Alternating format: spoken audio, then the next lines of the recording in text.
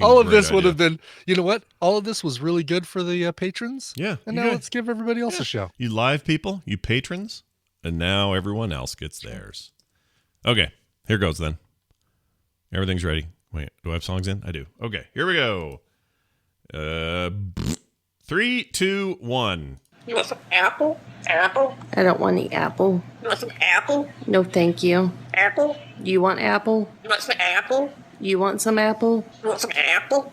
No, thank you. Ooh, it's cold up here.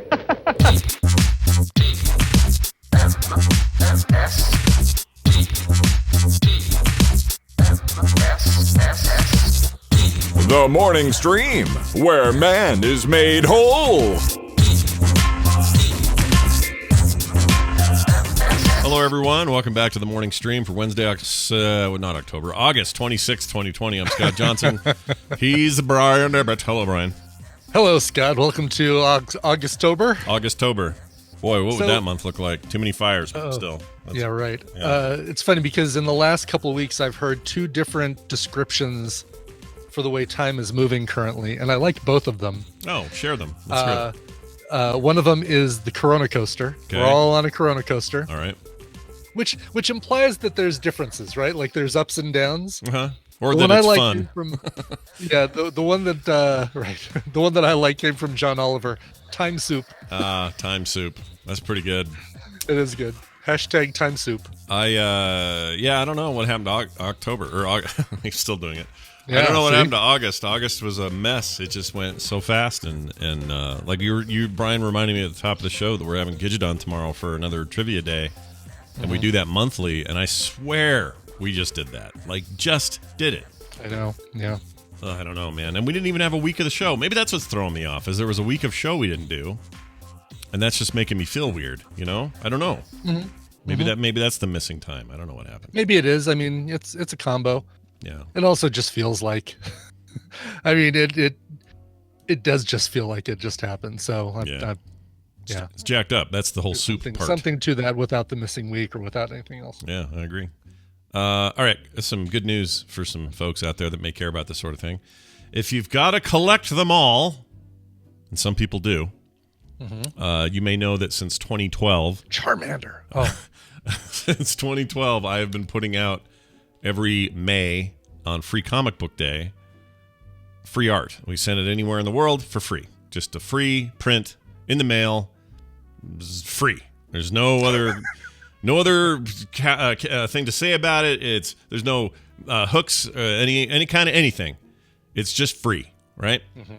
And we've been doing that since 2012. And some people are bummed out that this last May we didn't do it. But remember, we were in the very thick of shut down, closed down. Nobody knew what was going on. Free Comic Book Day as an institution nationally went dead, so that wasn't even a thing. So we didn't know what we were going to do, but we knew we didn't want to just throw 2020 away. We just needed to give it some time to see what happened. And so now, while the post office is certainly in a weird position, we are going to go ahead and do it again. And we're calling it Free Comic Book Day Summer. And that means we're going to finish out this summer by sending you free prints. And chat room, I'm going to put these up so you can see what we finished up last night. So it's Carter and I, my daughter and I, doing them. That's what we do. Whoops. Sorry, let me move that over here. Okay. So last night I made, we were doing villains this year. They had to have some kind of mask component. Not their normal masks, but like a COVID mask component.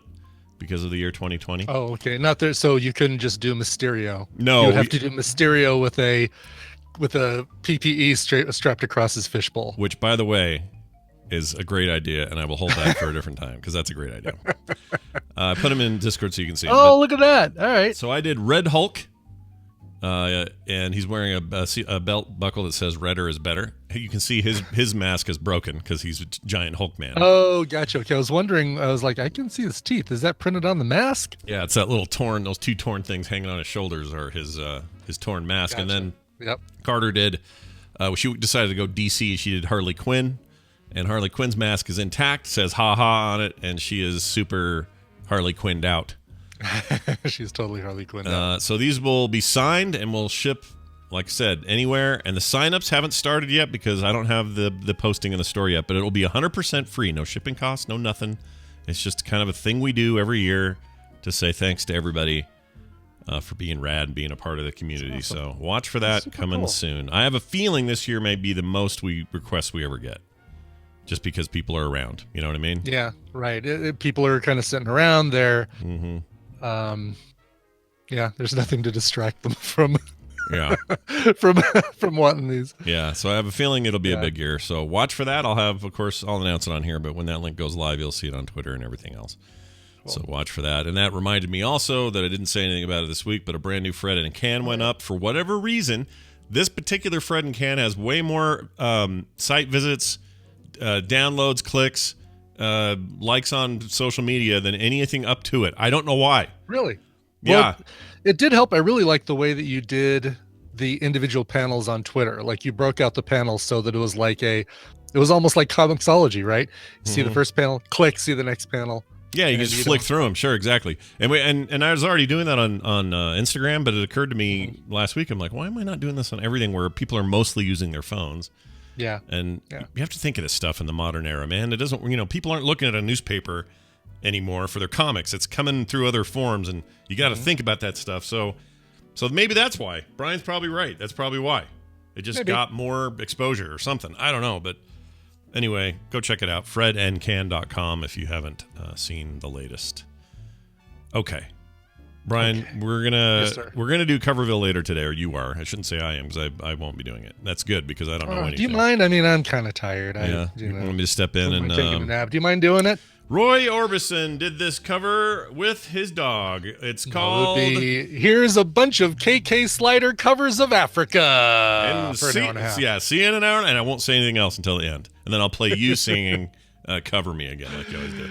Right, exactly. That's the way you started and ended. No, today we're celebrating we're celebrating the birthday of Joe Jackson. The guy who did Is She Really Going Out With Him and Look Sharp and I'm the Man. I mean, he had so many great songs and so many people cover him. He's done some covers himself, so we're going to have one of those on there as well. Plus, a tribute to Justin Townes Earl, who passed away over the weekend. A real short tribute, one set, because he did a lot of covers. No covers I could find of him, so it's basically going to be a set of 5 covers he did of other people. Gotcha. Some really good ones. We played one on the show yesterday that I'm not using, but we played one of his covers yesterday of which one did we do yesterday? It was his cover of Graceland by Paul Simon. Oh, very nice. Really good. Yeah. Well, that was on TMS. Yeah, we just did yesterday, right? Yeah. Yeah, that was fantastic. It was really good. Yeah, it was really good. Anyway, so that's Coverville today, 1 p.m. Mountain Time at twitch.tv/Coverville. Nice. And just for clarification, for those who may be confused, this is not the Joe Jackson that was Michael Jackson's dad. It is absolutely not. No, that's why I prefaced it with Is She Really Going Out With Him and Look Sharp and I'm the Man and Breaking Us in Two, Happy Loving Couples, Stepping Out, probably his biggest hit. Yeah. Otherwise, you'd be saying things like, shut up and sing, make money.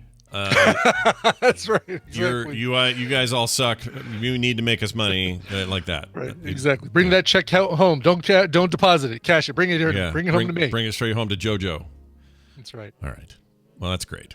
Check that out today at 1:30 Mountain Time. No, 1 Mountain Time. 1 p.m. Yeah. 1 p.m. Yeah. Don't. And we'll be done in time for DTNS. Yeah, which I'll be on today.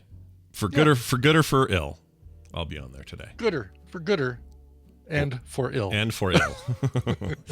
All right. Whoa, you guys, what do we got here? This is Dunaway time. Oh my gosh, I can't believe it. It's not opening though. Okay. Yeah, here real quick, we're gonna call Brian Dunaway and we're gonna do some Babble Royale and y'all are gonna play with us, or not really with us, but you're gonna choose who you think's gonna win, and it's gonna be great, and you're gonna win some prizes, and it's gonna be fan-freaking-tastic. So stay tuned for that. That's coming right up as soon as Brian answers the thing and I play this. All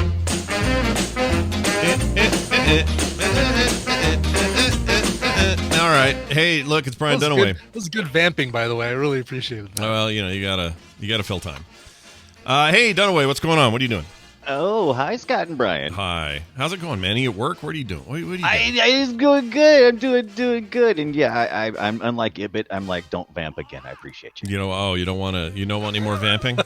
Did not like the vamping. All Not right. appreciating the vamping. I will stop No, vamping. I like the vamping. Of course, I love everything Scott does. I'll stop vamping. He could literally fart on the show, and I'd be like, that was What do entertaining. you mean? What do you mean? Could? Yeah, Okay. He could audibly fart on the show, where I could hear it and almost smell it. I don't think that's ever happened. I've farted on the show, but I've never done it audibly. I don't think. Did you cover it up? I don't think so. I go, Brian, play us a song like that. No, I don't think. You ever try to cover up a fart after it's already been heard? You ever do that? It's like, oh, it's already heard, but if it makes some more noise, they'll think. Right. Cause a I'm little going to wiggle confusion. around in my chair a little bit and make it sound like it was the chair that made the noise. Wasn't what? Don't look at me. It's never happened to me where I've had to cover for it. Lies. But I'm happy to do it. All right, we got a caller on the line. Let's find out who we got holding for us here. Hi, who's this? Hi, it's Tanner. Well, hello, Tanner Goodman. Hey, what are you Tanner, doing, how you Tanner? doing? How you doing? I'm good. I'm working. Yeah, working, quote unquote, working. Tanner has his Right. finger. I'm not going to say where he works. I happen to know, but he works at a place where, let's just say, you're all lucky he doesn't push the wrong button. That's all I'm saying. Okay, Right. that's all I'm saying. He pushes the wrong right. button, you're all screwed. Is what I mean. He works Yeah, at a place whose hopefully not. motto is "Be kind, rewind." Yeah, but that's I'm not it. going to say any more. Yeah. Tanner, It used to be finger licking good. Yeah. Nothing more than that. Just Yeah, you heard about that. The KFC is not using the phrase "finger licking good" anymore. all right, I have a Yeah. question about that because I was convinced when I heard that yesterday that I almost put it in today's news because I thought, wait a minute, I swear we talked about this in like March when all this was going down that they did this, and now it's coming up again. I'm either having a I time don't travel remember it. problem. I don't remember it any earlier than yesterday. That's so Right. weird. I was out sure of we all talked about the it. news I've heard recently, that was the most inconsequential, and I was like, okay, Yeah. okay. I think we may have talked about how it's bad in the time of coronavirus back in March, but they didn't drop the tagline until yesterday. Maybe Or we- now. I know we got anti-maskers out there. I'm just gonna go with. You can't tell me what to do. I'll lick my fingers if I want to. Yeah, you go ahead and lick your own Yeah, I fingers, mean, Brian. You as go long ahead. as you're not licking anybody else's fingers, isn't it okay? Yeah. Plus, your fingers are your I fingers mean, are finger are they licking afraid good. you're gonna fast track the COVID to your intestines or something? I don't know. I don't know. It doesn't really travel in the food-borne 'Cause world, so I would hope that you washed your hands before you ate the chicken. yeah. Right. Yeah. I'm sure I'll be And, eating these words and licking my fingers later on, but Yeah. that's where the hill I'm dying on today. Hear about that poor dude in Hong Kong that caught it twice? Got it once and then got it again? Yes. That's Yeah. bad. That's not good. That's That's a bad. bad. It also says, okay, guess it's something else to think about. No guarantees. You're not necessarily immune if you get it. So think of that. I've read nothing about this, so I'm going to throw my uninformed opinion out there Do right it now. Do it. It's all a hoax. Can't you get the flu twice? I mean, Not the same. Not the same strain. So if you, Yeah. Well, If how this- far of a strain? I mean, are we sure that? Okay, like I said, I'm throwing out all kinds of BS. No reading, no researching, no understanding of any of this stuff. So please don't start your conspiracy theories. yeah. But I'm just saying. Yeah. Are we sure that the first? I mean, I don't know. It just didn't. Oh, you're saying, are we sure he had the thing to begin with, and this isn't It doesn't just? surprise me. It wouldn't surprise me because I would always think you could probably get reinfected. I mean, there's. Here's what I think. I think that it's one dude in Hong Kong, and I don't have enough info. That's what I think. That's Yeah. what I think too. That's why I prefaced everything I said was don't listen to anything I'm about to say Yeah. because I'm going to show my ignorance. Because we It's all a don't matter know. of like how long the antibodies live in your system. It's not just a Right. matter of you've got antibodies or you don't have antibodies. You can have like lower levels of antibodies that make it so that you're not necessarily immune the second time. I'm pro Right. body. Pro body is how I feel. I I mean, am and so I've pro-bodies. heard. I'm gonna pull a Trumpism. I heard someone say, so it's going to be a fact, right? Smart people, Right. listen, Smart very people. smart people. Uh-huh. Some people that said some things. They said, "Oh, you don't want to get the flu shot too soon because the effectiveness of it will wear off after 3 months." And I'm like, I don't know if that's true or not. I don't know. According to Dan, it's not true. I Yeah, believe. I'm too at this point. all you I'm have too. to do- At this all you point, have to I'm do- too Bright light exhausted. kills it. Right. Killed by bright light and sunlight. So make sure you go outside, open your mouth Right. wide. Very wide. I can open my mouth very wide. Coverville at gmail.com. Right. Look At up this at the point, sun and open your I'm mouth. at this point I'm so exhausted from trying to research the truth. I just don't even. I'm just like, okay. Yeah, Does who that even affect, knows? Does that affect me in the next 5 minutes? No. I don't want to think about it. Yeah, I don't think No. about it. Hong Kong Scotty, guy will wait not till you hear affect what you. today's category is. Oh, because yay. it's Yeah. exactly what we're talking. No, I'm just Yeah. Can pathogens be caught again after you've been immune? All right, Brian, you should ways you can get rid of the coronavirus. you should probably explain to our good friend Tanner here how this is going to work and what he might win. I will totally do that. So, Tanner, here's what's going to happen. I'm going to give Scott and Brian a topic. They're going to go back and forth giving me answers that fit that topic. If one of them gives a wrong answer, repeated answer, or they take too long to come up with an answer, the win is going to go to the other player. Your job is to predict who's going to come out on top based on today's topic. Today, you are playing for a couple great prizes from a listener who goes by the name Brian Belanger. Sent these in, donated these to the prize pool. Okay. Hitman 2. Ooh, Great game, Hitman 2. yeah, very good. That's a good. Game. And Mo Ashtray. Oh, Oh, also yeah. good. I played that. Really? Yeah, What's Mo Ashtray? it's not Or ashtray. M-O Ashtray. Yeah, is it ashtray? Not ashtray. Ashtray. It's Astra. Yeah, that's what I was gonna say. It's not Ashtray. Yeah. It's Astra. Did I type it in as Ashtray? Yeah, I think you did. Well, no. If you I go can't back speak the to person who Mo sent it, Ashtray. Go look But, at who sent in the codes or Okay. who copied and pasted them into the codes page Yeah. under Brian Belanger. Yeah. And it is Right. spelled Mo Ashtray. Oh, weird. All right. Well, he's Well, at I'm fault. It is ASTRARAY. Mo Ashtray. If I remember it makes a lot correctly, more- it's a makes a lot more sense. Yeah. it's a puzzle game that is beautiful. I remember the palette. I can see the graphic and Look stuff. at But that. It's not a puzzle game though. It's like It's a platformer. yeah. It's like a Isn't Metroidvania but well, yeah. thing. Well, I mean, but you got it. It's a puzzle game. Isn't the fact that you don't just straight platform across. You have to figure out how to get from point A to point B, and it's not as simple as just going, "Oh, this is pitfall. I got to Mhm. grab a hold of the rope and fly Yeah. across." Yeah. It's more like There's puzzle elements to its Metroidvania thing. It's very There good. you go. I played this and semi-reviewed it on the Boop Show. Played it last time, or let's see, or whenever it was. It came out in October, and I played it sometime after that. But it's a very, very cool. Both of these games, like Hitman 2 is the pinnacle of stealth games. This thing is an amazing artistic achievement and rad little game in its own right. I feel like we're giving Tanner the greatest gift of all today. It was amazing. This is good stuff. All right. Yeah. I'll tell you, he's had to work for it. Yeah, he he's had has. to listen He's to had to us listen to a rattle lot on. of stuff Yep. before we Yeah. can get to it. Well, let's get to the game, shall we? So those are the games, and I think Mo Astray is much better than Mo Ashtray, although get on it. I mean, Game I need some developers Mo come up with a Ashtray. game called Mo Ashtray. Well, we're kind of continuing with what we started on Monday. We had the 20 best-selling Nintendo Entertainment System games of all time. Let's move up a level in the console timeline and go to the SNES, the Super Ooh. Nintendo. Okay. I have on my page here the top 20 best-selling games of the Super Nintendo, Mhm. the SNES, if you will. Yeah. And again, came from Mashups Jamie. Matchup Jamie. Great list. Mashup Jamie. So, Tanner, knowing how, I don't know if you heard Monday, how well they did with the NES stuff, but how well do you think they're going to do with the SNES stuff? Yeah. I have a lot of faith in both of them. Mm. Oh, that's good. Very that's diplomatic nice. of you. Which Send one this do man you? an extra game. Which one do you have a hair more faith in? Just a hair more. I have a hair more faith in you, Scott. So I'll have I agree. you to win. Because Okay. a good and, choice. Brian to go first. All right.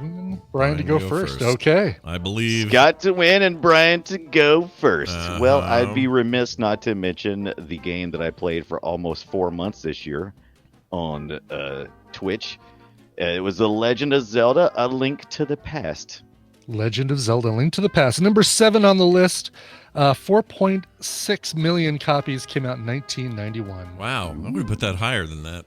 We are off to the races. Okay. Well, let's just get my obvious one out of the way. Super Mario World. There Yeah. you go. 1990, 20.6 million copies of that game were sold, and obviously came out with the game. Came out with the console in 1990. Was it? Wait, sorry. What ranking is it? What did you say? Yeah, numero uno. Number 1. Okay. All right. Yes. That sounds right. Super Mario Kart. Super Mario Kart 1992. 8.7 million copies of that game sold for the SNES. Okay, so now we're in the new. Okay, I think you didn't say anything about first party. This can be anybody, any Could game. be release. anybody. Yeah.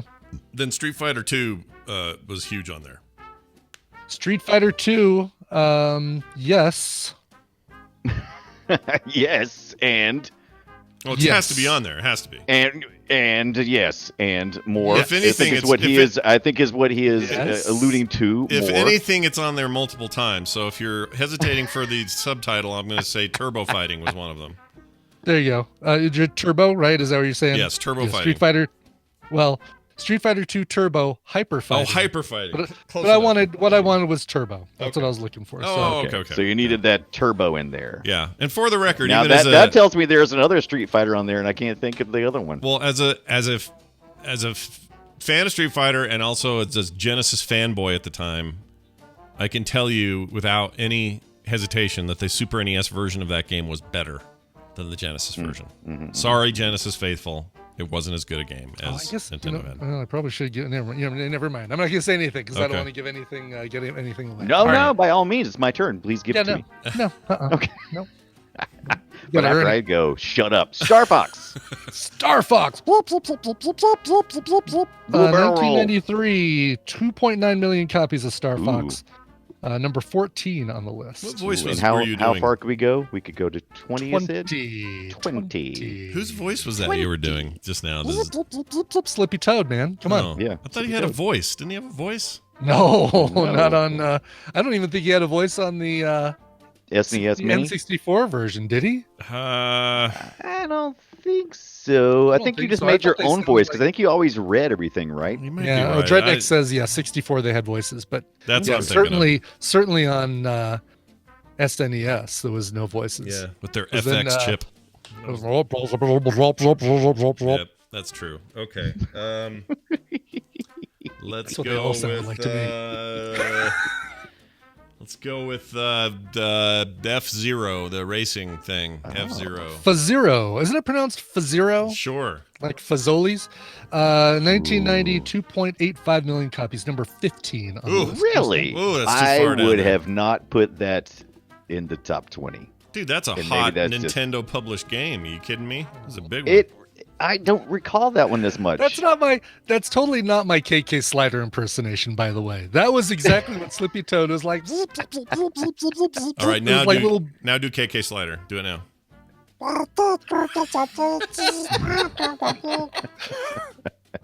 Come on, way different. Come on. They're like It's like saying saying, you're it's those like are, saying my Ken Kratz sounds like my Breaking Bad dude. it's Vince Gilligan. Vince Gilligan, yes. I think those two impressions you just did of KK Slider and Slippy Toad are living in the same duplex. That's how They're close totally they are. living in the same duplex, but Yeah. they have different entrances. Yeah. That's right. All right. All right, Well, Brian. I'm going with I had the SNES Mini, and I've kind of some of these other games are kind of confusing me if they were on the SNES or if they were on the 64. Most of the titles were different. I'm going to Also- go with Super Mario RPG because it is on my SNES, and I hope it sold enough to make it in the top 20. RPG. Number 19. Ooh. Just barely. 1996, 2.14 million copies. Oh, By you the way, just before we go any further, Quantum Feline just posted a link to the YouTube video of the speech sound clips from Oh. Star Fox SNES. Can you play those? Yeah, I can totally play Nice. this. Let's see. Let's open that in a new window here. All right, here we go. These are Star Fox sounds from the SNES. Oh, it's a dog. I guess where's Slippy? I gotta get Slippy. That's the rabbit. That wasn't Slippy. That's Slippy. Oh, okay. It's a Mine little was more lower. the rabbit. Yeah, they're lower, I guess. The rabbit is kind of what you're thinking of. Bloop, bloop, bloop, bloop, bloop, bloop, bloop, bloop. I like fake talking games. I love it. I totally do too. Yeah. Yeah. My favorite thing about Animal Crossing is still that they do that. Okay. All right. You Back got to you, Scott. 19? Jeez Louises. Yeah. Right. Okay. Donkey Kong Country. Donkey Kong Oh, Country. I forgot that was on there. 9.3 million copies of Donkey Kong Country sold for the SNES. And that came out. Wasn't there was some crossover time with the N64? It was. Right? Mm-hmm. Yeah, that's where I was Yeah. getting confused. It's funny because I if you would have asked me which platform debuted Donkey Kong Country, I was so entrenched in the N64, I would have said, oh yeah, the 64. Me too. And I was trying to think if there was ever like a Super Donkey, and I'm like, nah, I don't think that's right, Brian. So shut up. Yeah. Shut up, I'm man. going right. Shut up, Brian. I'm going with Final Fantasy V5. Final Fantasy V. Yes, that's the good one to pick. 1992, 2.45 million copies, putting it number 17. You're just 17? dancing on a Gosh. knife's edge down Holy crap! All right. there. Dancing on the knife's edge. Now, so this top 20, is it worldwide then, or is it just US? I Did you assume say it's US only? worldwide. Yeah, okay. Like that matters. It's got to be Of course it worldwide. does. It has to be worldwide. Of course it does. I think it's world. I think it is worldwide. Yes. Okay. Yeah, I think it has to be. All right, so let's do another RPG. I know it was very big on the platform. Let's go with Chrono Trigger. Chrono Trigger. Chrono Trigger. 2.03 million copies sold, What is that? putting it number 20 on the list. Oh 1996. wow! So as long as all the games you mentioned are better than did better than Chrono Trigger, I feel like we have missed a huge swath of something because You have, yeah. you got because we've been hitting like 15s and 16s and all these Yes. later things. Oh my gosh! Yeah. Okay. All right, Damn. so what is my big blind spot then? What am I missing? Oh, I don't know. Well, yes. there's a couple things that you guys haven't even brought up. Right. There's a few games that I'm very excited about playing on my SNES Mini, but they didn't release necessarily all the first party stuff that would have been the big things they would have had. Mhm. Can't believe that was 20. That was one of the best games on the platform. It was so good. Mm-hmm. So okay, so I'm just gonna go with just hoping and praying that Disney had a good pull on their Aladdin. Was it enough to make it in the top 20? It was one of my favorite games of SNES. Don't you dare series. close your eyes. No, it's not on the list. Oh, shoot. I bet it's on some top 50 or 100. It's probably on top 50 or something. Yeah, no Aladdin. Okay, so congratulations, Scott, first of all, and congratulations, Tanner. Thank you. I had two more. Can I tell you the two others I thought of? Yeah, tell me the two other ones you thought of. Donkey Kong Country 2, Diddy Kong's Quest. Or Diddy's Conquest. Yep. Diddy's Uh-huh. Conquest. Something on 64 Oh, as well. that. You know what? I'm gonna admit to something. Never did Yeah, it. made the connection that it was Conquest. Yes, until Yeah. you just said it. That's hilarious. All right, and then the other one I could think of was another sequel, Super Mario World 2, Yoshi's Time. No, Yoshi's Island. Yoshi's Island. Yep, absolutely. Those And I both wasn't on the sure. list. I wasn't sure which way to go with the Final Fantasy because I was trying to remember if I needed to go lower or higher, but I couldn't. I know one of them either came out right You before. would want to go higher. Yeah, Final Fantasy VI, number 11 on the list. Higher than 5, actually. Here are the other ones. Super Mario All-Stars. Ow! All Stars. Street Fighter 2, The World Warrior. What? That's why I was that one at looking all. for What was that? clarification on Street Fighter 2. Wait a minute. That What one is that actually- even? I don't remember that one at all. What is That one even actually game? came out before Street Fighter 2 Turbo Hyper Fighting and did better. It was number 5 on the list, the 5th best-selling game for the SNES. I don't remember Yeah, I that. remember that Okay. I don't even remember. Donkey Kong Country 3, Dixie Kong's Double Trouble, Killer Instinct, Okay. Killer Instinct, really? Killer Yeah. Instinct, Dragon Quest 6 and Dragon Quest 5, and finally Mario Paint. Oh, Mario Paint. Mario Paint. Paint. I would have never guessed that either. That's Yeah. a good one. I'm Man, surprised these top selling Doctor. things I don't do well with. I don't do well with top selling. You know what was huge on there too? Like third-party games like NBA Jam. I was worried about that, but apparently that's not on that. I'm surprised some that aren't on there. Like Super Metroid. Where the hell's that? That's not on there.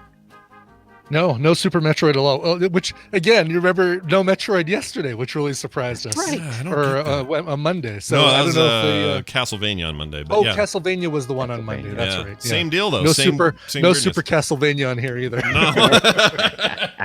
Oh, MK2 is that on? I guess not because you didn't read it. no MKs. Weird. I think I remember way more super titles that I thought was in that list. Because everything was called Super this, Super that, but I guess it wasn't, huh? Yeah. Well, they got a lot of. They like doing that. The 64 they like to do. When the 64 came out, they put that on a lot of games, which is dumb now. It's so dumb. Super Mario 64 is a stupid name. Should have just called it Super Mario. Well, I'll tell you what I'm going to do What? after we get off the show. Yeah. I'm going to go research the top 20 games on the N64 top selling. Oh, you better. You I have- totally do that. You should totally do that because that's totally what I'm going to do on Monday. Yeah, totally. 100% what Brian's going to do. Predictable. Here's the funny thing. My recommendal today will probably reveal why I was a little more fresh on this one. So that's just a hint of Gosh, what's happening that later. was something that I was thinking about watching, so I'm glad you watched it because I want to hear about it. It's real good. Winner, winner, chicken dinner. Hey, Tanner, how do you feel about winning 2 of, I think, our best giveaway games of the year? How do you feel about that? It feels really great. That- And I just wanted to say I hope you guys stay healthy and safe. And I'm thinking about all of you. Thanks, man. Us too. We hope you too. Yeah, we I hope you're you doing stay good. healthy and safe. Don't worry about us. Yeah, and say hi to You Alex. stay healthy and safe. Say hi to Don't Alex worry for us. about me. Yeah, don't worry about me. Worry about you. All right, Brian Dunaway, it's been a pleasure. Hey, guess what we're doing this weekend? An episode of Film Sack, and it'll be for the movie Soldier. And Oh, that's right. 19, what was it? What 98. year was it? 98. 98. Yep, 1998. Soldier with your, you got your Jason Scott Lee and your, who am I forgetting? Who's the main dude?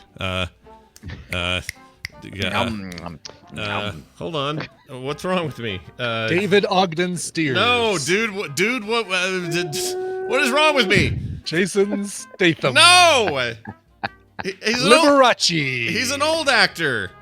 He's an old actor. He's taking Ernest it deep. Borgnine. Kurt Russell. Gosh dang it. Kurt Russell. Oh, that's too bad. He remembered. Got $50. Anyway, so that's happening this weekend on Film He wore Sack. shoes. When he was a teenager. You know what I'm talking about? Yep. It's, Yep. Also, Monday we talked about a bunch of great video games on the Boop Show, so check those out. Brian Dunaway, anything else you want to mention before you go? just. I guess that's a no. I'm so frustrated with Yeah. losing yet again. Yeah, well, I'm look. just gonna go. Break your streak, man. I believe in you. I know, do. right? Bye. All right. He's out. Time is it? Oh, we got time. Look at this. We have time for news. We have time for news. Let's do it. Here we go.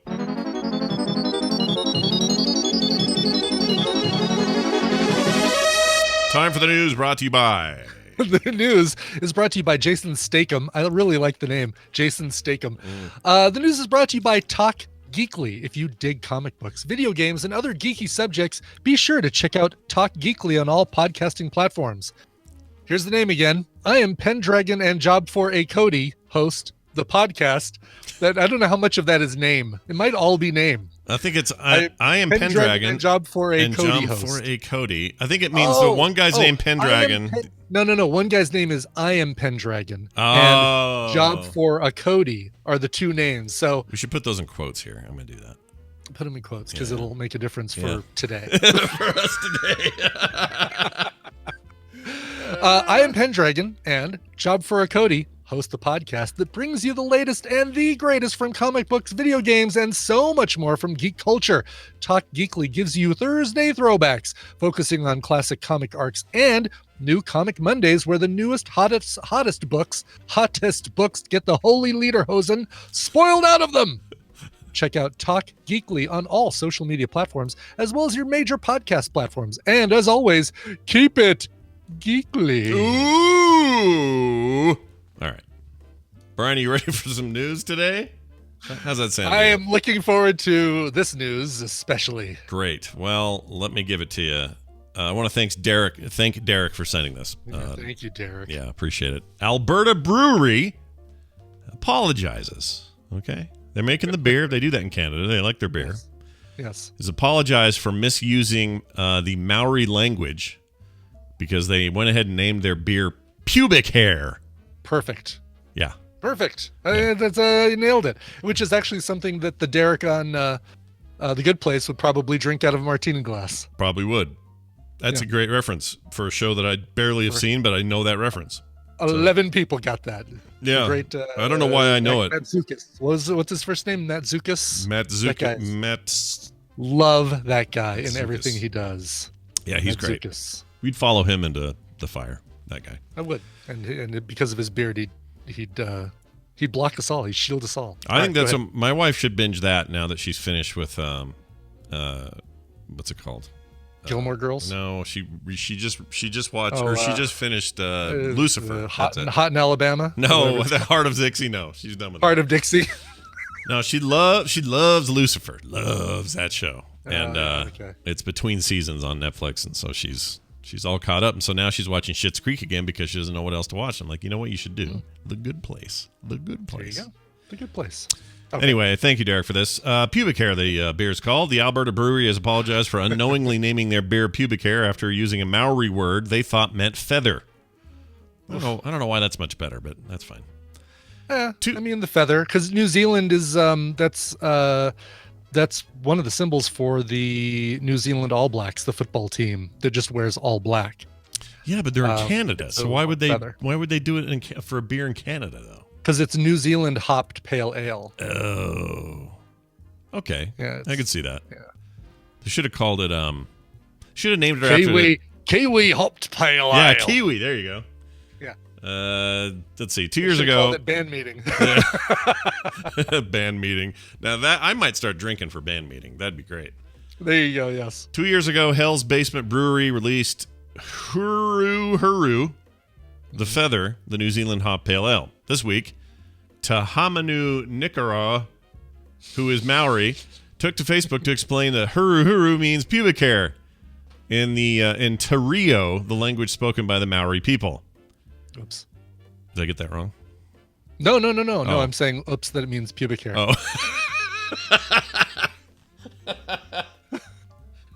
Did he reach out via Facebook and go? Yeah, he did do that. He totally stomped back and forth and then played Django Fett.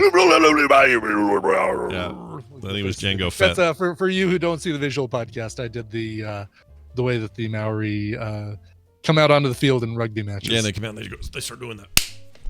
Yes, that right. The clapping. Yep. I'm probably offending somebody right now. Yeah, with the tongue out. It's pretty awesome, actually. It is awesome. It would freak me out. I would probably just say, "You win. I'm going to go back to the locker room and cry." It does make you want to forfeit. It totally does. I think that's the idea. They want to intimidate. It totally intimidates. Yeah. Yeah. Boy, it's really something to watch. All right. So let's see here. Where are we here? Nip. What's the first thing most Maori think of when they hear the word hura hura? He asked in the video. It was brought to my attention a few days ago that there was a new shop in Wellington, and it's called the Hura Hura Authentic Leather. He said he sent the shop a Facebook message to ask them what they thought the word meant. He said they responded that they thought it was in the dictionary for the word feather. It says it wasn't. It was for pubic hairs. So wait, there's a new shop in Wellington called Pubic Hair Authentic Leather? Apparently, yes, not feather authentic leather. That gotcha. Pubic hair. Yeah, I think others are making the mistake. Is the point, right? It's that they're putting the emphasis on the wrong syllable in huru huru. It should be huru huru. Yes, that's exactly right. Here's a few examples of my favorite use of the word pube. All right, here we go. Oh, okay. Pubes. Okay, there's one. Here we go. The ragged band of pubes. Okay, here's another one. How about this one? His eyes surveyed the remaining pubes grimly. Okay. So, for those who don't remember what this is, back in the Dark Tower series, the audiobooks, that's what this is from. And in those books by Stephen King, pubes are like a lowly people in the story, not not the pubes you're thinking of. His eyes surveyed the remaining pubes grimly. So when he says it, it just sounds weird. He's what the old woman called a pube. See, like that? It's pretty great. Half of the pubes got wiped out in the great landing strip debacle of 2049. Hey, that's when Blade Runner happens. The other Blade Runner. Oh, yeah, right. See, it's all connected. It's Oh, that's right. all That's the other connected. thing with Soldier is that it takes place in the Blade Runner universe. I can't believe that. I'm so excited to rewatch that. That is the thing that makes me the most excited to see this. Yeah, because I've never seen it through that knowledge. I always just thought, oh, this is its own thing. And I really like Soldier. Soldier's weird. It's cool. But I didn't know it was connected or supposed to be. It's just amazing. All right. Nudist class. Nudists. We weren't able to find any of the pubes in Brazil. We don't know why. We're all out of pubes. Wiped out in the Brazilian takeover. Right in the... oh, gosh. I was going to say they were torn asunder, but then it's getting too personal. It's getting too personal. Exactly. Okay, anyway. Hey, nudist chases somebody. Let's read about this here. Okay. A nudist chased a wild boar who snatched his laptop. Oh, no. Oh, no. He's a German nudist. You have the laptop. Bring it back to me. I am Did he take it back to Timon? Wait a minute. I know it's a warthog versus a wild boar, but it's similar looking. Come on. It's kind of a Pumbaa joke. No, it's actually better because of all the confusion we had about Pumbaa in the past. Right, yes, exactly. What you did was actually better. That was great. All right. A German nudist has had the last laugh for giving chase to a wild boar who had run off with a bag containing his laptop. Pictures posted on social media show the naked man running after a sow and her two piglets into the mirth of fellow bathers at Berlin's Telefussee or Devil's Lake. We'll call it that. Adele Landauer. Hello from the other side. An actor and coach who says she took the pictures wrote that the man gave his all. German Daily Bild reports the man on Friday that the man who was not identified succeeded in recovering his pilfered laptop. Landau said she showed the man in her pictures later on, and he laughed out loudly and authorized me to publish them, she says. Yeah, you can publish the pictures of my naked body. Yeah. Just blur them out for me, please. If my doodle shows, please blur them out, please. I'm so glad he ran off with that sack.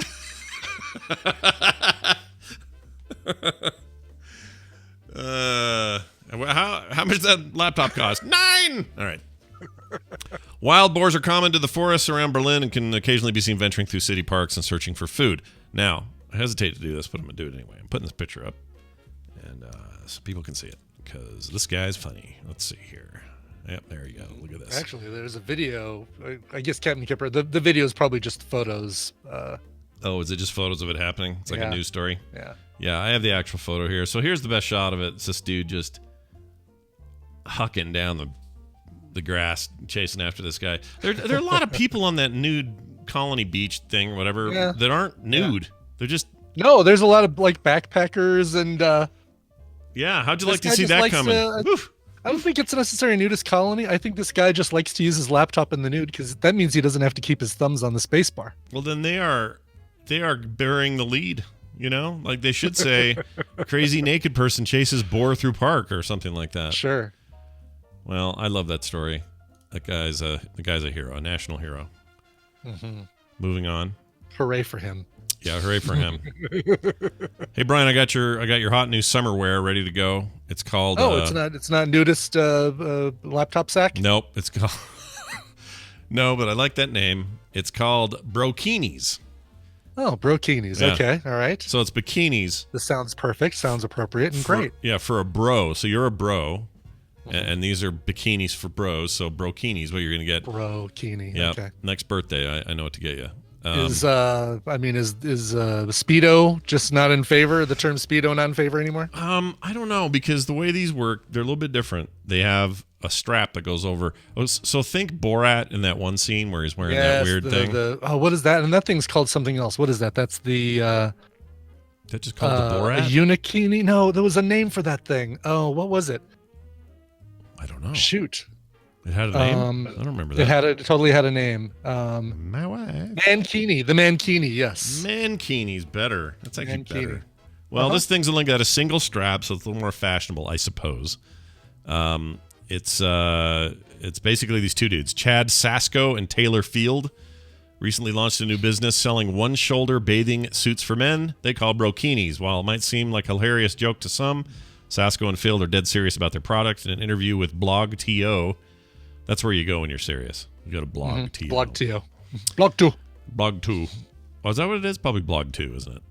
I don't know. It's in caps. So listen, I thought something was called Mo Ashtray earlier. Mo Ashtray. So yeah, right. What do I know? Yeah.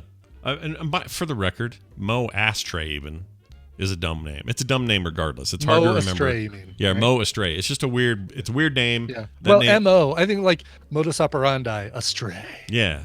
They should do some Yes, modus operandi colon astray. Right. Mo colon astray. Mo colon ashtray. My colon ashtray. Don't put your cigarettes near my colon. No. Anyway, they explained that it's been a long time coming. We started going to bachelor parties and wearing crazy bathing suits, and when we actually saw a wrestling leotard online, we thought, hey, that could be a thing. That could be a bathing suit, he says. Then we were pretty, they were pretty awesome, but they were actually see-through. We wanted to make sure it was something you could actually swim in, so we started reaching out to manufacturers and found one. They just started their venture about a week ago, so you might be lucky enough to find brokinis in stores soon. Chat room, here's a good look at it. Yeah, TV Zegon just posted a photo that look at that. Raises more questions than it answers. Oh, the TV Zegon one's different than I got. Let's see. Let's take a look at his. The guy on the left has a poodle for a head. Yeah. Oh, yeah. I don't like that. I kind of do like that, actually. I don't know if I like that. And she looks like she's about to give them prostate exams by the way her hands are pointed. Yeah. Well, it's always good to check, Brian. Always be checking. Yeah. Okay, so it's these same guys and the lady. There's just a weird photo. Anyway, if you're into it, boy, oh boy, I'm telling you now, your chances are good for getting one of these. Would you wear this? What would it take for you to wear this in public? Many drinks. many drinks. Actually, you know what? If this was a Nerdtacular, or not Nerdtacular, but a TMS Vegas, and we were up at the plaza on top of the roof, and Barry had a cabana going, Barry and Tanner had their cabana going, and it was a hot day, and the pool's open, and we're having some nice little beverages out there, I'd probably put this on and do a little fashion show. You would have to pay me money to do it.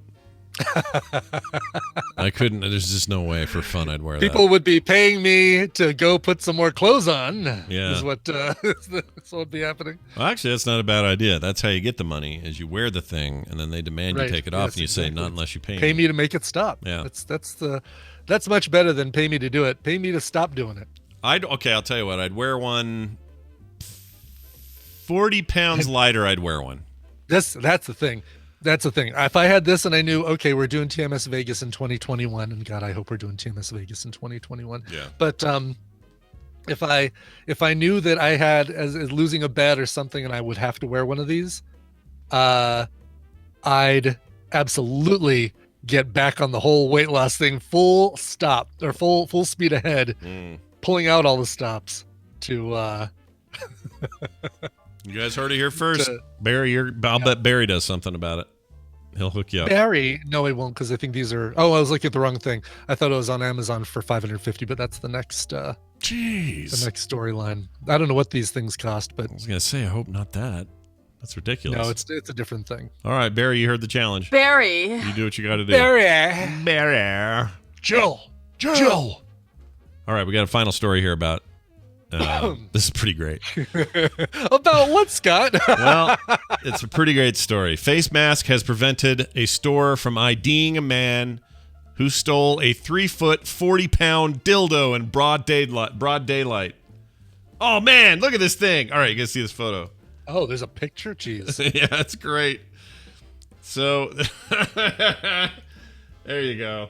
I'll show it there so that briefly. thing is enormous. Yeah, it's this huge thing. That's a prop. That is not. Nobody Nobody should be using that thing. Yeah, nobody. I don't think anyone can. What, freaking Thanos coming to town, or what's going on here?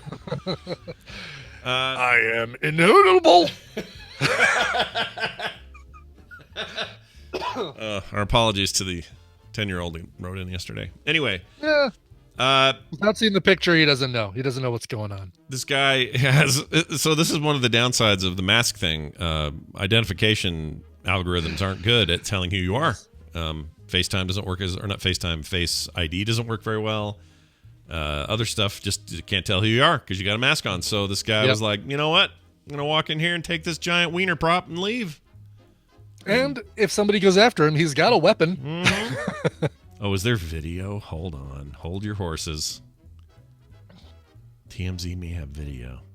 Yeah. They do. But these are... okay, well, I'm wondering if these are just static shots, then you're just going to get the standard. Oh, no, it's somewhat video. It's a slideshow. It's one of those, like, they only take one frame every 10 seconds or something. Yeah. But this guy walks over here. Okay, he's looking. He's thinking, you know what? Last time I was here, I saw this thing here. Oh, yeah, I just took it as a joke. I just thought it'd be funny. Yeah. Grabs it. 40 pounds, though. Look at him run. He's hooking out of there. I'm out. Oh, yeah. Yeah, it looks like Hitman Go. Like, it's like dirt, dirt, dirt. I love that video. That's so funny. They happen to catch him at the end. The final shot of him outside is he's just in a full run. Oh, Grand Theft. Oh, yeah, somebody just dared me to take it. So, I just thought it'd be funny. Yeah. We're going to put it up on stage. It's the new All-Stars trophy. We'll bring it every year. Oh, yes. I love that idea. Yeah, it's a great idea. It'll be perfect for kids. They'll love it. All right. Oh, by the way, that thing is $500, $550 on Amazon. So you were mentioning before that price. That's crazy. No wonder he wanted it. All right. Anyway. By the way, he crammed. I love the language here. You think you can take that back and get money back for it? Like, I mean, I know he couldn't take it back to this store because they know, but you couldn't like say, "Oh, hey, Amazon, I bought this. Can I send it back?" They're not going to take it back. No. You could put it on Amazon for eBay or something for like $300. Oh, that's true. Yeah, there you go. Sell it secondhand. He allegedly crammed gently used. Yeah, gently used. He allegedly crammed the phallus into a white sedan similar to a Dodge Caliber. So if anyone sees a Dodge Caliber, which is a car I've never heard of. Did he get it in there through the tailpipe? No, he got too big. Tailpipe wasn't ready for that part of the relationship. Got to take some more time. All right, there's that story. We're going to take a break. When we come back, Tom will be here for a little tech time, and we'll do recommendals. No Nicole today. She's busy teaching. She's got homeschooling going on. But Brian and I do have recommendations to make, and we'll make them after this break with a song from Brian. What do you got? Yeah, we're going to Norway to a small town.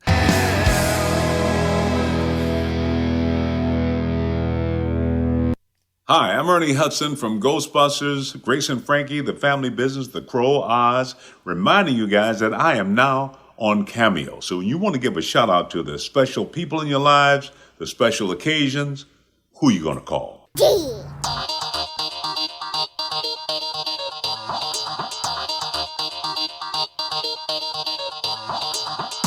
The morning stream. That's my safety word.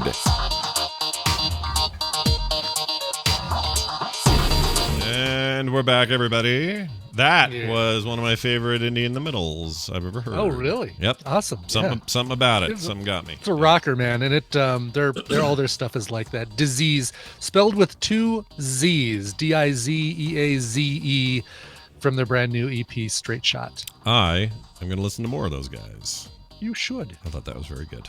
All right. Well, we're back. So that means Scott has to get his poop together. Here we go.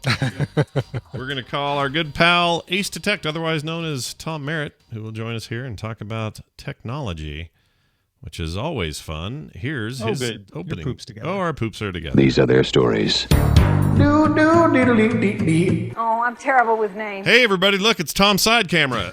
Shady side-eye. That's my favorite Don't view know why of Tom. Discord did that. It but does. It Tom's did that. side camera. Tom's side camera. How do I fix that, Discord? Well, it's part of tech. You know, we got to learn it. We have to know it. We have to have enough of it in our lives to figure it Get out. you back on track. Yeah, he's gonna click the right button, and there he goes. Hey, wow, it was magic. Yeah, Magic. It was like magic. Hey, everybody, look who it is. It's Tom Merritt. He's hi. He comes on Wednesdays. We didn't have a show last week, so it was a bummer not having him because who knows what happened in tech. We're all lost. We have a hole in our gear. We didn't hear. Nothing much happened. You know, there's a little legal stuff. It's probably boring. Involves a gaming company and a phone maker. I don't know if you guys want to talk about that at all. But. Yeah. By the way, did I play Jury's intro and not Tom's? Did I do that? I think. Yes, you did. Oh, yeah. I meant to play With the this. computer as with Why did I do that? The concept and direction must come from the man. Honestly, I was scrambling. Clip will now retire. I was about to, launch into my summary of the Republican National Convention. But. Well, I'm a little confabulated today, but that's okay. It'll all clear up by the Daily Tech News Show because that's when it needs to be. I got to be able to be smart on my crap. But Tom's always live with it. Yeah. Live with it. You're gonna give us the rundown on the Magic Keyboard for our patrons. That's right. In fact, I was just gonna. No, I don't have it down here. It's upstairs, but we're definitely gonna talk about that thing. Is it worth it? Is it sturdy? Does it truly make the iPad Pro into a usable notebook replacement? Find out. If you're talking about this thing? Oh, yeah, Brian's got one. Yeah. Yeah. Oh, yeah, cool. I can't wait to hear what you think of it. You love yours, right? You've been enjoying yours. I don't want to say anything because I don't want to skew the review. Oh, okay. Don't skew the review. Actually, Skew the Review is a pretty good show title. Write that down. Skew the review. Yeah, write that down. It's not bad. Yeah. Anyway, Tom Merritt is here. He's going to tell us about what's happening, what's bubbling to the front of the tech news today. Yeah, I mean, you guys have probably talked about the Epic Apple stuff. Is there anything else you want to add to that? I mean, we have. It's like where I'm at with it is. It's funny. I'm of multiple minds on it. I think the 70-30 split, which isn't just an Apple thing, but they are they're a prime example and maybe the biggest example of the 70-30 split. I don't love that. I think there should be splits that are in more favor of developers, and I think there's plenty of examples out there. Developers agree with you. Yeah, they should, especially smaller Apple ones. doesn't. Yeah, Apple does Neither not. does So Microsoft, or Sony, or Android, right. or anyone really. Actually, Epic agrees with you because they do an 88% split, I think. Yeah. Actually, they give for Unreal Engine. They even give it free up to if you make less than $1 million off your game. Yeah, they have a. I mean, they're in a position to do this. They practice what they preach. Yeah, they do. But then on the other hand, I think that while that may be true, and that we should be heading toward a place where a better cut is available for everybody on all platforms, I think that they handled it weirdly and are a little bit tone deaf and tried to make it seem like they're an underdog in this. And I don't like seeing billion-dollar companies have slap fights and pretend that they're for the people. Why does this analysis that you're giving, which is incredibly common and not just from you, why does it bother me? I don't know. I don't know why it bothers you. Because you're not the first person to say, like, I just don't like the tone of this dispute. My gut reaction is, who the F cares what the tone is? Well, Patrick Beja said the same thing. Almost all of our listeners, one way or another, whether they're saying, oh, I think Epic's right or I think Apple's right, they're like, it's just not a good tone. It's like, well, what tone were you supposed to take? Here's the tone. I think that here's the reason the tone's a problem. It's disingenuous for them to. It's a legal fight between corporations. No, it is. We expect it to be genuous. No. Here's what I expect it to be. I expect. Actually, Apple did what I expected. And I'm sorry, Scott, that I don't mean to pick on you here. No. I get it. No, I'm happy to answer for everybody on this. I think Apple did what everyone expected Apple to do. They doubled down and held to their policy. Okay, that's a pretty straightforward response, honestly. You may not like it, and we may not like the policy itself, but they did what they do. They enforced their TOS. In Epic's case, they're playing a game with their players that are treating their players like they're a little bit dumb to all this. You're saying because they're not backing down. Not that, no. It's them going, oh, look what Apple's doing. How draconian. We're putting out a video that mimics their 1984 video. Who's the oppressor now? And it's you're right. You're absolutely right. But who cares? This is a legal dispute. I do. It annoys me. Like, blah, blah, blah. So what? It annoys me. Yeah, It because doesn't make them wrong. If it was doesn't make them no, right. it doesn't. You're absolutely right. But that's the problem. Go ahead and have your legal dispute. Why are they bothering to play underdog with their players? A Major Tom, because Tom in the chat says it's a legal fight and a PR fight. And you know what? I think you crystallized it for me. I don't care about the PR fight. I don't care about PR usually. I think PR is just a bunch of guff and it's all fluffy and you should never pay any attention to it anyway. So I'm focusing on the legal fight. And yet everyone else is focusing on the PR fight. Well, because PR, that's why PR fights happen, is because you're trying to win the hearts and minds of people. So you know what? I get it now. You're talking about the PR aspect of this and how what the Epic is doing is bugging you. And that's perfectly legitimate. Whereas I'm like, yeah, but PR, that's just never important anyway, which is disingenuous on my part, because of course it's important because it sways hearts and minds. That's why it exists. Right. I think that if they were just, I don't know, if they were more boring about it, I would respect the effort more. And I don't know why that's the thing with me. You know what it is? I'm tired of voices trying to pretend like they've got my interests at heart when it's got nothing to do with what they're doing. Yeah. That's not what they're doing. I get that. I always assume that those voices are always manipulative anyway, so I ignore them. Well, see, that's why it's bugging me and why we should do better at ignoring them. That is a good thing to do. If you're already ignoring them, if you're in a default state of going, well, here comes a PR that I ignore, I admire that. That's harder for me to get there. Because sure, no, and trust me, it's not something that I haven't worked on for 20 years or so.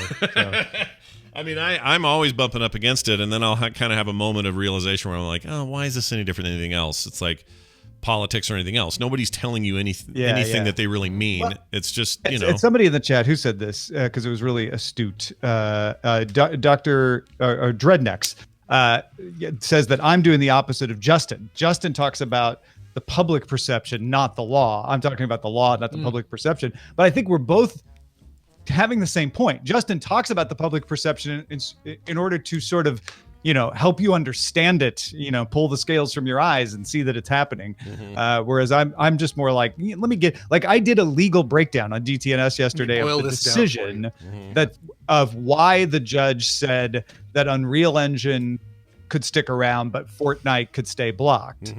And I think it's important to get to that part of it and understand, like, okay, well, what is the actual law here? Because that's what's going to guide whether there's an antitrust thing and who ends up winning the case and how long it's going to take and all that. And that sort of stuff is quite interesting to me, because that's how you get to the reality of what's going to happen here. The funny commercials and all of that's not going to determine anything except, again, how you feel, which is important. Yeah, I guess so. In the case of Apple pulling or trying to say, hey, your tools aren't going to be available for Mac development anymore or any of that, or iOS development outside of this Fortnite thing, that felt like a really petty thing for Apple to do. And that may have been them saying, well, legally we can do this because the TOS breaking breaks across the board. It's easy for the public to perceive that as petty and retaliatory, right? And honestly, I don't think in the case anyway. And Apple's certainly not being petty in public. They're trying to play the injured party. Like, look, Epic could fix this anytime, right? That's their PR stance. Yeah. Like, we're the victim here. Yeah.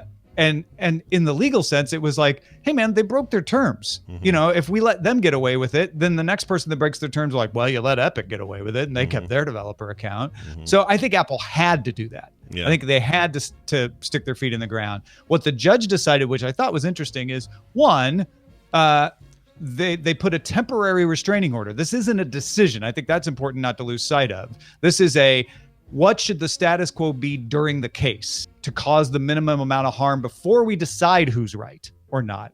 And the judge said, well, look, if they can't do Unreal Engine, that's going to hurt a bunch of third parties. Yeah. That's going to hurt a bunch of other people, innocent bystanders to this case. And that's not good. There's lots of precedent for protecting that. So that's one reason we're going to let Unreal Engine stand, even if it is in violation of the terms. The other thing she found that was really interesting was there are multiple developer agreements between Epic and Apple and multiple versions of Epic agreeing to them, Epic Domestic, Epic International. And she's like, look, Epic International has a developer agreement here that doesn't seem to have been breached by the Fortnite thing. So you've got this company has an agreement under which they can continue to develop Unreal. And so there's the other reason we're going to let this thing. Well, and that's another really good point to take away from this. It's always more nuanced and complicated than we get a view on necessarily. And so we count on shows like DTNS and other things to break some of that stuff down and tell us about it, so that it, so it's not just this simple bad company did bad thing to bad company. Like it's just, and that's where I get annoyed, because I don't like getting roped into the simplicity. Totally. Because I know it's not simple. I know it's not. It was never simple. I want to thank you. You've helped me understand this. I'm like, oh, now I have a better appreciation of the normal human beings. Yeah. Reaction to this. Of the average person's non-law response. Yeah. No, it's an interesting thing, and I'm glad to hear that happen yesterday, because I want to go listen to it. But if you had to predict how this ends up, what do you think's going to happen? I mean, do you think it'll actually be enough pressure, either from courts or public opinion or otherwise, for Apple, and therefore in some sort of trickle-down way, other services like Steam and Microsoft Store and PlayStation Store, all these things to change from a 70-30 split to something more developer friendly? I do think there's a good chance. I don't know if it's even the majority chance, but there's a good chance that Apple and Epic come to an arrangement similar to Amazon and Apple. And the Amazon-Apple arrangement, I think, gets exaggerated sometimes. Apple didn't create a special deal for Amazon, which is what Epic is saying. Yeah. Apple created a new deal for Amazon that other companies can and have taken advantage of. Right. And that new deal is, if you create a video service, and there's some definitions about how big it is and what's offered in it, that will plug into the Apple TV app and share certain things with us, right, then we will let you do in-app purchases, in which case we wouldn't. Okay. And Epic, this is where you're right. Epic kind of throwing stones and like, oh, you made a special deal with Amazon, rubs me the wrong way, because I'm like, no, they didn't. But where Epic does have a leg to stand on is, you did make an exception to the in-app payment thing for a certain class of stuff. You've made exceptions before for sort of quote unquote reader apps. So why not give us a new exception? And I think there's a way that they could come up with something. I don't know what it is, and certainly Epic's approach here isn't going to make it easy for Apple to agree to, because they didn't win them over with kindness. They're now using the stick instead of the carrot. But Apple's not gonna love the idea of fighting this out for years, and it will take years. So maybe that pressure will finally let them come out with a win. You got to have Apple be able to come out and say, like, well, if you just asked for this in the first place, we could have avoided this whole thing, right? You got to let them save face, and Epic to be able to say, we've won a victory for the developers, and everybody can now take advantage of this new thing. I think they'll come up with something. I do. Yeah, I hope so too, actually, because in the end, I think, well, whatever. Epic's it's a huge part of every ecosystem that involves anything to do with graphics. They're forgetting about Fortnite for a minute. Like, Unreal Engine has a ubiquity that very few things have anymore as far as tools and foundations go in this world. So yeah, that would be good. Do you think there was ever any good faith negotiation happening before all this fallout? Like in fact, in one of Apple's filings, they included a bunch of emails between Tim Sweeney and Apple, where they were trying. Like, Tim Sweeney did email Phil Schiller and others at Apple saying, like, hey man, we want to do this. Why won't you let us do it? We were able to get Microsoft, to soften up. What about y'all? And Apple just kind of held its line. I was like, well, that's not the way we work. I know you'd like it to be that way, but we like doing it the way we do it, and we don't see that we have to change, and so we're not. Yeah, it's just so weird and complicated. You start to think about, like, there's brand new Sony investment in Epic, which kind of made a big splash in the news for, gaming press earlier this year, and they're not yelling at Sony for having their 70-30 split, or Microsoft for that matter. And Tim Sweeney has addressed that. He says consoles are a different situation. They're kind of a locked-in system anyway. He's like, they're not an open platform like a phone. Like, a phone should be an open platform. And remember, Epic's going after Google too. It's just they're not going after Google as in as mean of a way, and Android isn't as locked down as iOS. Right, you can still sideload that thing in there and do other things. But well, anyway, the whole thing overall is kind of fascinating, and it'll be interesting to see if anything shakes out of it. That's part of what I like checking into the Daily Tech News Show for. So, Tom, that's what we'll do today at 2:30 Mountain Time. I'll be there, and then later, like you said, we'll be recording a Live With It, which will go to patrons. I'm very excited about that. Anything else you want to mention today before? If we hadn't ended up talking about Epic and Apple, we've got some crazy phone form factors on the horizon coming out. Swivels and flip over cameras and stuff. We're going to talk about a couple of those today. Yeah, that's pretty weird. All right, so we'll talk about those things. That'll be great. Don't forget too, Current Geek is launching on the 1st. Yep, we got, I shouldn't say launching. It's launched, but our second full episode hits on the 1st of September, and then it is released weekly the entire season after that.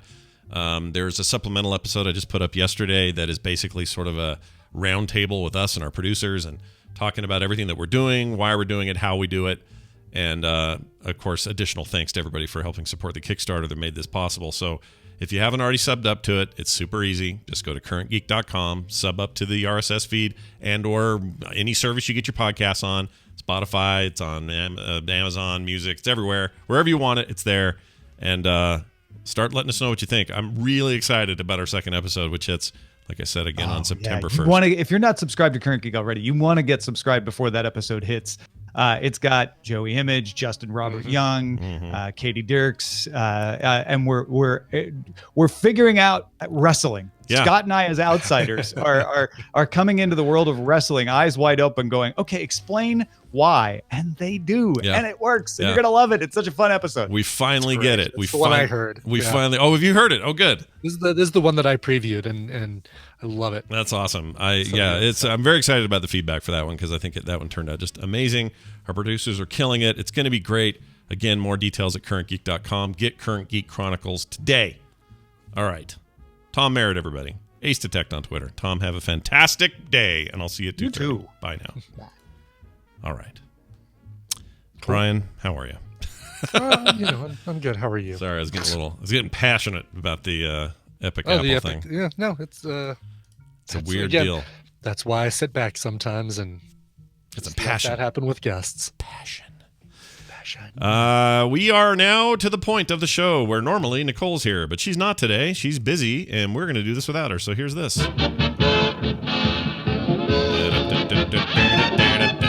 Time for us to do recommendals, things we've seen on streaming services that we like and want to forward on to you. If you have said streaming services. The tradition here is that Brian always begins, and he has 2 today. I've got 2. Yeah, start with the one that I've been watching with Tina. This is a series, and we are enthralled with it. Ooh. Okay, well now I'm peaked. Here we go. Let's find out what this is. Hey, buddy. What's up? Hey, Tom. What's going on? I'm gonna see you in the office anytime soon. Not that soon.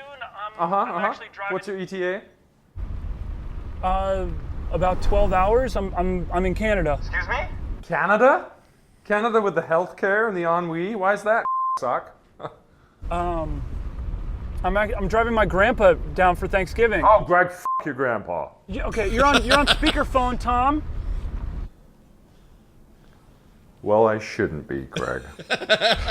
I know, but I'm driving, so I can't, so you're still on it. Okay, Greg, so, hurry up, because I got a little job for you, and, yeah, I'm being nice, because I'm on speakerphone, but if I wasn't on speakerphone, I'd be being, should we say, somewhat less agreeable? Yeah. Yeah? All right, see ya.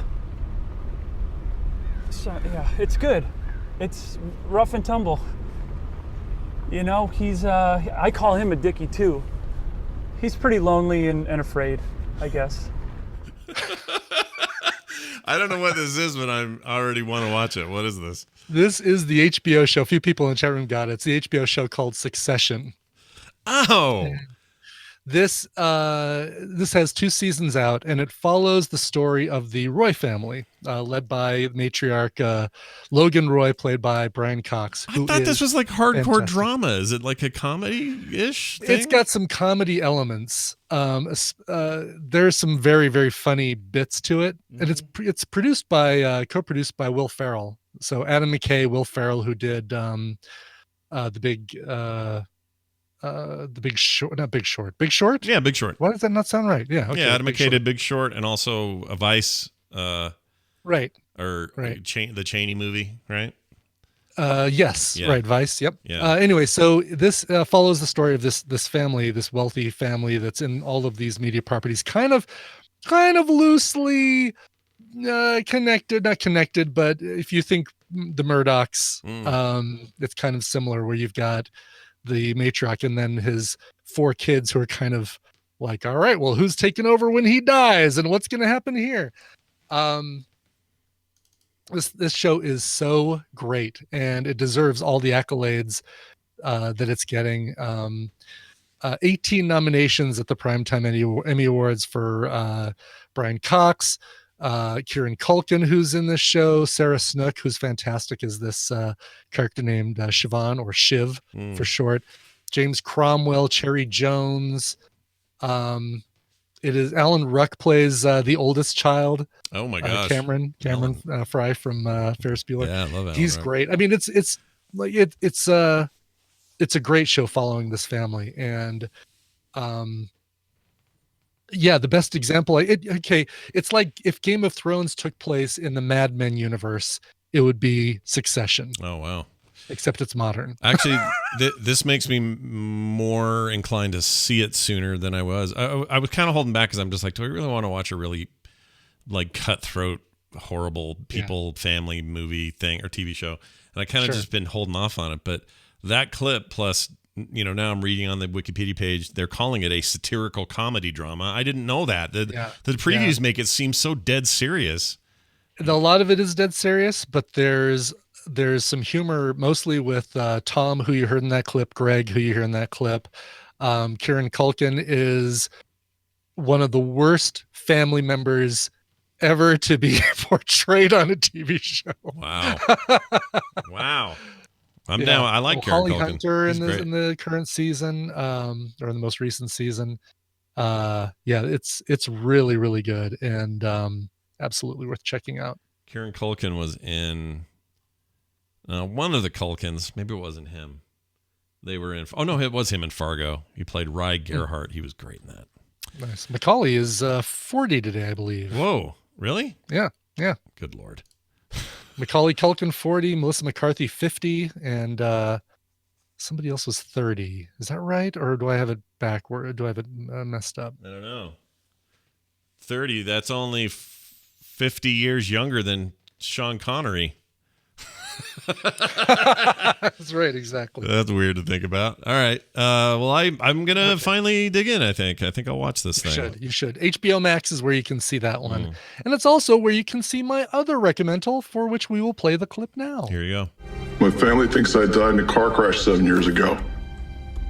My daughter's probably grown up without a father. My wife's probably moved on. But they deserve to know. And they can decide what to do with it. Thank you for everything you've done. But this isn't me. I'm thrilled beyond belief for you that you're walking. That you finally feel like you. All I wanted was to give you a gentle place to land. A second chance. And I appreciate that.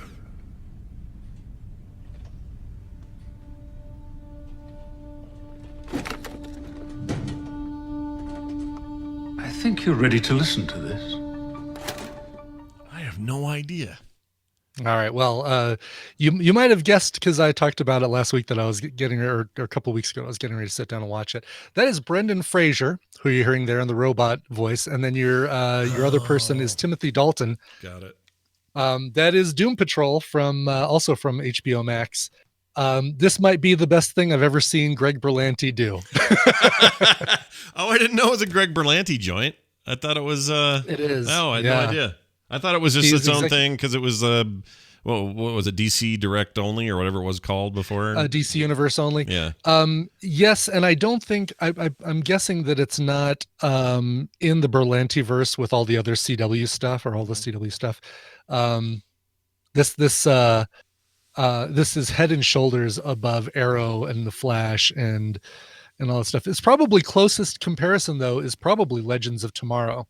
It's like if you did Legends of Tomorrow using the feel and style of Umbrella Academy, then you'd end up with Doom Patrol. Isn't Doom Patrol also a little edgier, a little more, less WB sort of stuff? CW. They do stuff on here that they definitely could not do on the CW, and it's not even really so much the nudity; it's just the level, the depth and level of storytelling that really require stuff that CW audiences probably would shy away from. Well, then free Berlanti, man. Let him loose. Let him do harder stuff. So in addition to those guys, you've also got Matt Bomer, who trying to think of what else he's been in. He's very familiar, although he's covered up by bandages, or at least his character is covered up by bandages. You hear his voice. And Diane Guerrero, who I'm ashamed to tell you that it took me about 8 episodes to figure out what I knew her from, but she was one of the inmates in Orange is the New Black. You remember the 2 quote unquote cute inmates who did a YouTube makeup thing for a while, and right. Oh, here she is. Yep. Yes. Okay, that's what she's from. Okay, that's what she's from. Yeah. She's the one that fell for the cop in that first season or whatever. Yes, okay, exactly. All right. No, that was you mean fell for the guard? Or the guard's what I mean. Yeah, not the cop. That was Daya. Oh, different girl. Different. Okay. Well, yeah, not Flocka, but the one that Flocka was always with. And I can't remember her character's name. Right. Yeah. I confused. Yeah, it is. So this is based on a DC Comics superhero team, kind of the anti-team. They're not superheroes in the true sense of the word. How could I forget to mention? Probably my favorite actor in this thing of everybody is Alan Tudyk, who plays Mr. Nobody. The robot, right? The robot guy or whatever he is? No, the robot guy is Brendan Fraser. Alan Tudyk is the enemy, and he plays Mr. Nobody, and it's one of the coolest looking villains ever on a comic book TV show. Interesting. Not to be confused with Alan Wundick. No. No, I like that better. I was going to say Mr. Nobody, the movie from what's his name? There's a whole movie called Mr. Nobody, but it's not related to this. But no, I like Alan Wundick. It's pretty good. Don't confuse them though. I've been wanting to see this forever, and I've read some of the comics and really liked it. The more recent run, I mean, it came out in the 80s, I think, but the more recent run of it's very good. And I don't know. This absolutely makes me want to check out the comics. It's also got Cyborg from the Teen Titans in there. There's a crossover. Unfortunately, the Titans stuff has not made it over to HBO Max yet, nor has Swamp Thing. But I'm hoping that if this does well on HBO Max, then or brings a lot of people to HBO Max, then I'm hoping that they bring Titans over as well, because I really want to see those. I heard nothing but good about Titans. That but also Swamp Thing. Like Swamp Thing was supposed to be just like great. I know, and it only lasted 1 season. Swamp Thing did one and got canceled, and it supposedly was the best of all of these. Well, if it does well on Max, like if they do bring it over to Max and it does well, then maybe we'll get some more. I don't know, maybe. Anyway, it's great. So check out Succession and Doom Patrol. You can probably guess which one I'm watching with Tina and which one I'm watching on my own. Yeah. But it's so good. And for those, before we get any emails, we know Brian meant patriarch, not matriarch, when he was talking about Brian Cox's character in Succession. Did I say matriarch? I thought I said patriarch. You said matriarch. Did I really say matriarch? Yeah, and the chat room was all like patriarch, and I'm like, he knows. I missed. Yeah, sorry. I thought I could have sworn I said patriarch, but yes, I know like that. Brian knows Ma that. and Pa. I know the difference. Right. I also know that that clip I played was for Justin, not Tom. It's just sometimes you say stuff or do things and you forget. That's right. So don't worry about it. Exactly. We know Chester was a cheetah. That's right. Stop it. Well, I can't actually claim that. I didn't know. All right, here's mine. It is. Let's move over to Netflix and check out this docu-series. Everybody else has already done text interactive stories or adventure games. You know what we need to do? And I said, what? We need to go beyond that. We need to add graphics to it. And I was like, he's gonna do it. He's gonna do it. There was just one problem. What Ken proposed had never been done. I love a good technical challenge. And since computers were new, everything was new and cool. Everything was new and cool. Yeah, this got put on my list as soon as I heard about it, and I can't wait to start watching. Probably as soon as I finish Doom Patrol, but High Score. Yeah, Netflix. High Score, Netflix. It's a multi-part docuseries. I'm actually not 100% complete with it yet. I just haven't had time, but I will finish it. I just got past the Mortal Kombat, like, freak out, early 90s night trap, like violence is going to kill our kids episode, which is super interesting. A lot of that stuff I already knew, and in fact we have one of our current Geek Chronicles episodes talks all about that era, so it was fun to sort of see that and go, oh yeah, we got all this stuff right in our in our prep for that. But anyway, it's great if you love video games and the history of them, and also if there's stuff you just thought you knew everything. And I know a lot about game history. It's a big part of my life. It's been a huge part of my life since Space Invaders, and my dad had an arcade, and like I have been in it to win it since then. The gaming world and I get along real well. But there's stuff in this series I had no idea about. Really? There was a console that used cartridges in way before the Atari 2600 did it. Really? Okay. That no one's heard of. It was made by an African-American engineer who no one's heard of. And you get to talk to his kids and learn about what that thing was and where it came from. It was fascinating. So if you want to know, like, the early days of Madden, like how Madden even happened, nutsoid. John Madden stuff about how he won't fly in a plane. There's amazing little bits in there. So really good. I can't remember where I saw a review. Maybe it was Paste or something like that, but said that it's really just surface level. They don't get into the depth of that we'd like, but you're enjoying it. And I feel like if you're enjoying it, then this is the thing for me. Very much. It's not, if people are looking for just a totally to the bone, exactly chronological, historical record here, you're probably not going to get that. What you're going to get instead is a little bit of jumping around, and there'll be times where they'll really, like this one I played in the clip, it's about the first time there was ever an adventure game that had any graphics in it. That was the whole story. And how big of a deal that is, and that, the modern games like, your Skyrims or your whatevers of today owe a lot to this original Quest thing. And they go way back to that stuff. And so what they do is they hit some of those big points, but they don't talk about the one that came right after or the one that came right after that. They jump around. It's like, this was a big deal, or here's why Pac-Man was a huge deal, and here's how Miss Pac-Man came out of the most ridiculous. If you don't know the story about Miss Pac-Man, it's crazy how that came about. Really? Yeah. Okay. But then they'll talk about this weird thing where Miss Pac-Man was the only female protagonist in a video game, like right up until Street Fighter 2 when freaking Chun-Li was a playable fighter. Like crazy stuff like that. Otherwise, they were like damsels in distress or princesses or whatever. So they have a whole section on that. And so it's a lot of jumping around. I know some people don't like that pacing. They would like to just start with 1969 and then just go every year and learn about everything. And I think that would be neat too, but I don't think you can do that for a documentary that's meant to please a lot of people. So I really liked it. I think it's great. So it's totally worth Sold your it for time. me. That's all I needed to hear is if you like it, you don't think it doesn't talk about the things you'd want to hear about, then I'm all over it. Hits all the big stuff and then a few things I had no idea about, which is cool. So anyway, check it out. That's High Score, available now on Netflix. Okay. Brian, before we go, we have an opportunity. Brian, would you like this new opportunity? Welcome to my seminar. We were glad to have you here. Free breakfast. Would you like an opportunity here? Hold on, let me put down my free Danish, which is a little dry on the edges. And yes, tell me about this opportunity. Well, you have an opportunity today since you're here at our beautiful coastal timeshare. How much would you pay? To hear a mashup, really. This is just an all set up to hear a mashup. It's a bonus mashup today. And it's a sing-along, so I know you're going to enjoy this. I know I will, because Brian sings a lot on the show. And this is probably proof of that. Big thanks to Jamie for sending this. This is called Lean On Me. Enjoy. For a I while. tried to discover a little something to make me sweeter. Oh, baby, refrain. Ass.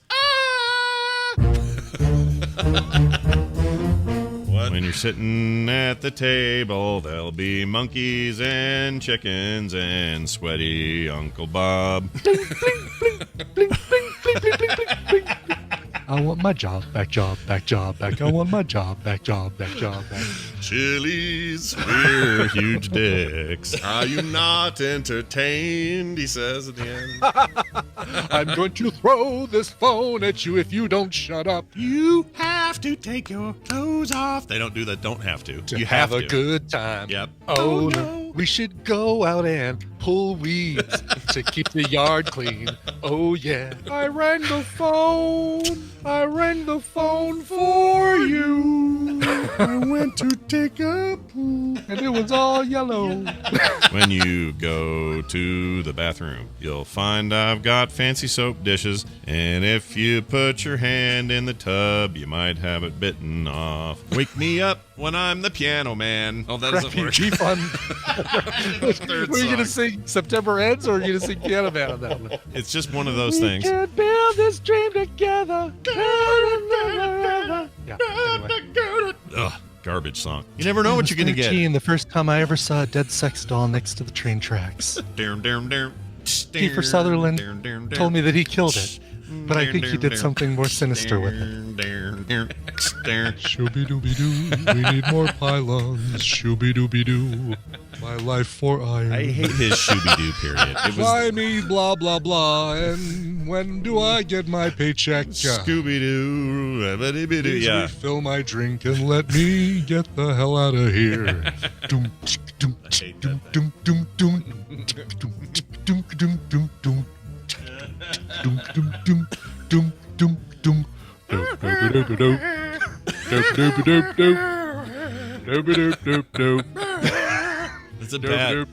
It's a bad version of that song. It's bad.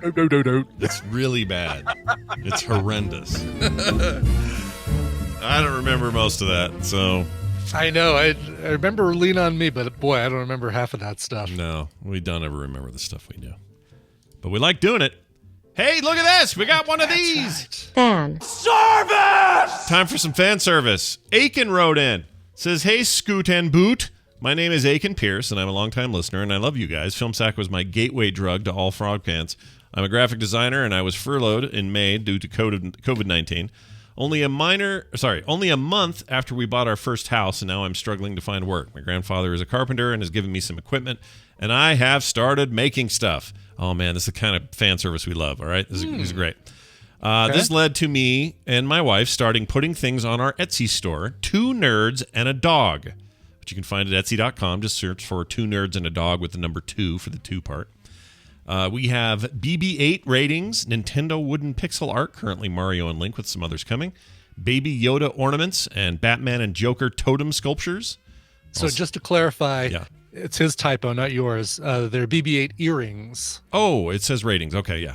Earrings. Yeah. Oh, I'm glad you said BB-8 that. gives these earrings 2 thumbs up. Yeah, he just gives you a rating whenever you need it. Baby Yoda ornaments, Batman and Joker sculptures. Also, he says, here's my freelance Facebook page, which is at facebook.com/AP87graphics. I've done some work that was featured in Amazon's Marvelous Miss Maisel, as well as a lot of other custom pool and poker tables. Anyway, we, like most people, are just trying to make it all work during these crazy, uncertain times. The Frog Pants family really helps me keep sane and optimistic about things. Thanks for the fan service segment and all you guys do. Glove the Dojo. Thanks, Aiken. Well, I think that's great, and I want to go check this stuff out. So 2 Nerds and a Dog is where you'll get it. There is some amazing wooden pixel Marios that look so cool, like made with wooden cubes. And these things are amazing. Yeah, look at that. Oh, wow. Yeah. Hold on. I just dropped something. I'm putting a link in the chat room to go check these out. Yeah, look at this stuff, you guys. Look at these pictures. Oh, I love it. Yeah. The Batman and Joker character sculptures are really cool, Look too. at those BB-8 ratings. Just kidding. Earrings. I give them a 9 out of 10. Oh, these are really good. Very, very nice. Yeah, go check it out. Available now. Two nerds and a dog. Yeah. If you want to send in your own little thing about what you're making, you got a little project going. You got a little, art thing. You're making stuff. Somebody like Bill who's like building props or whatever. Let us know. We'd love to share your info and get people over to where you're at. Okay? Yeah. Okay. That's, by the way, themorningstream@gmail.com is where to send those, as well as all your correspondence. You can also contact us via the Patreon page at patreon.com/TMS if you're a patron. And if you are, oh boy, howdy, do you get lots of extra stuff, including this Saturday. We're doing a play date in the morning, right around 11, we think. No.